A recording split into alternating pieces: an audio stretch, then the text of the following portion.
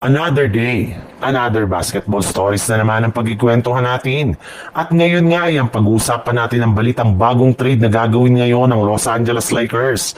At ang balitang magkakampyon na nga daw ngayon ang Golden State Warriors. Dahil nga sa pagkatalo ng Lakers laban sa Golden State Warriors, ay patuloy na nga ang pagsilabasa ng mga trade rumors tungkol sa kanilang team. At isa na nga dyan ay ang ikinumpirma ng isang NBA insider. Kung sakali man nga daw na hindi gumana ang kanilang lineup ngayong season, ay gagawa agad sila ng move as soon as possible. At uunahin na nga nila ditong kunin ay ang matagal na nilang target na si Walker Kessler, na patuloy na nag-improve ngayon ang laro sa Utah Jazz.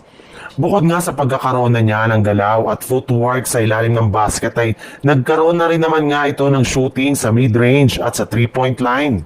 Kaya hindi na nga nakakagulat bakit mas gigil na ang front office ng Lakers na makuha siya sa isang trade ngayong season.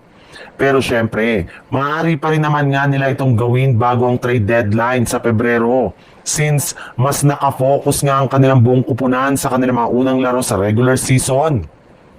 Sa ibang balita naman, sa pagkapanalo nga ng Golden State Warriors sa kanilang game kahapon laban sa Los Angeles Lakers, ay maaga na ngang umangat sa 1 win at 0 losses ang kanilang record sa standing ng Western Conference.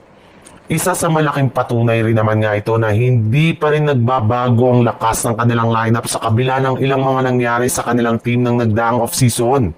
Kaya isang malaking katanungan nga po ngayon kung kakayanin na nga ba talaga ng Golden State Warriors na makapagkampiyon muli gamit ang kanilang kasalukuyang lineup. Well, sa ipinakita pa lang ang performance ng Golden State Warriors ay mukhang kakayanin nga daw talaga nila na makapag-compete laban sa mga malalakas na kupunan sa Western Conference. Pero magagawa lang naman nga nila yan kung magiging mas consistent ang kanilang batang player na si Jonathan Kuminga sa kanilang mga susunod na laro.